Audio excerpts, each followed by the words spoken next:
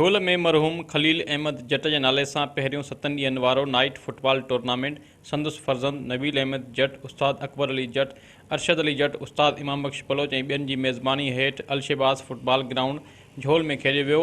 Tournament जो इफ़्तिताह ज़िले सांगड़ के सियासी समाजी अगवान मीर जवाद अफसर टालपुर, मीर अयान टालपुर, साकिब टालपुर, शाहिद जतोई ऐं ॿियनि कयो। टूर्नामेंट सिंध लेवल ते खेलियो वियो, जंहिंमें सिंध के मुख़्तलिफ़ शहरनि मां फुटबॉल क्लब जूं 22 टीमूं हिस्सो वठी खेॾियूं।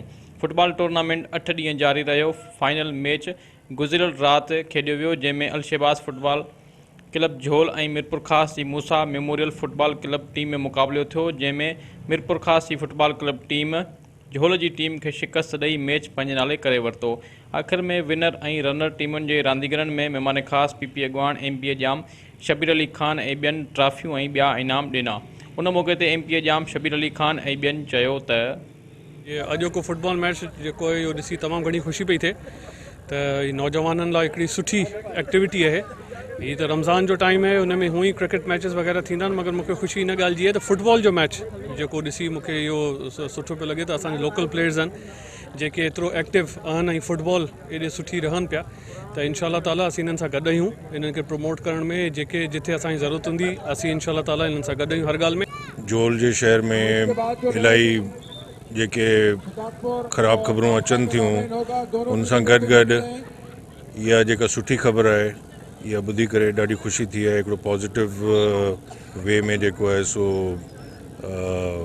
खिलाड़ी जेके आहिनि से आया आहिनि सॼे सिंध मां ऐं रांदि थिए पई।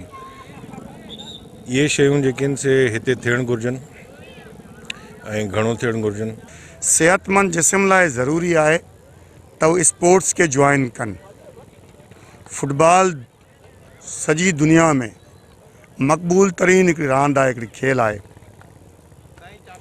असां पाकिस्तान में रहूं था, गो के सम्झूं था त पाकिस्तान में फुटबॉल केतिरो प्रमोट न कयो वियो आहे।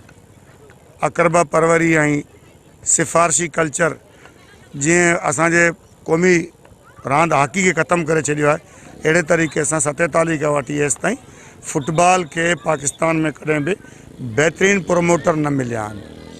इहा त हिकिड़ी आम रवाजी ॻाल्हि आहे, पर तव्हांजे हिन चैनल जे तवसत सां मां सिंध गवर्नमेंट के पुरज़ोर अपील कंदुसि जेकॾहिं तव्हां मुआशरे मां बुराइयूं ख़तमु करणु चाहियो था, इंतिहाई संजीदगी सां तव्हां बुराइयूं ख़तमु करणु चाहियो था, त तव्हांखे हर शहर में ग्राउंड मुहैया करे ॾियणा पवंदा। स्पोर्ट्समैन स्पिरिट उन्हनि में नज़र आई ऐं असां झोल वासियुनि खे फ़ख्रु आहे त असां इन खां पहिरीं बि शानदार टूर्नामेंट करायोसीं ऐं हीउ जेको टूर्नामेंट आहे उहो बि कंहिंखां घटि कोन्हे। हिकिड़ा जूनियर प्लेयर हुआ, हुननि माना जूनियर जे हूंदे माना सुठो मुक़ाबिलो कयो ऐं मुक़ाबले में आया हिते नाइट हुननि जो पहिरियों टाइम हुननि नाइट मैच खेलियो ऐं उन जे करे असांजी सीनियर टीम जेका अलशहबाज़ आहे उहा माना इन ग्राउंड ते महिनत कई, असां हिन टीम खे तयारु कयो। गवर्नमेंट जे हवाले सां का बि अहिड़ी सच कोई मतिलबु इन्हनि खे सपोर्ट न आहे त हमेशा उहो ई मशहूरु आहे त जिते खेल ग्राउंड आबाद हूंदा आहिनि त उते अस्पताल वेरान हूंदा आहिनि। फुटबॉल जे ग्राउंड ते असां जॾहिं ईंदा आहियूं ॿारनि खे ॾिसंदा आहियूं खेॾंदे तो तमाम खुशी थी थी।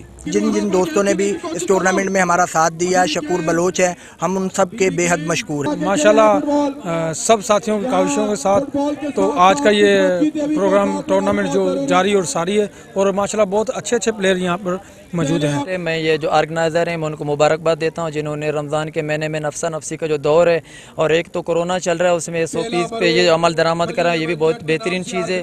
और मीडिया का भी शुक्रिया, अपना सिंध न्यूज़ का ख़ास तौर पे जो यहाँ खेल की जो सरगर्मियाँ हैं उनको ये कवरेज दे रहे हैं, उनका भी बहुत शुक्रिया। और जो टूर्नामेंट कमेटी हम उनको मुबारकबाद दे देते। हिननि चयो त रांदियुनि खे हथी ॾियण लाइ अहिड़ा प्रोग्राम लाज़मी आहिनि जंहिंसां नौजवान तबिको नशे ऐं ॿियनि समाजी बुराइयुनि खां महफ़ूज़ रहे थो। कैमरामैन गुलाम रसूल ख़ासकेली ऐं खान मोहम्मद कीरियो सां गॾु नवीद गुल ख़ासकेली, सिंध TV न्यूज़, झोल।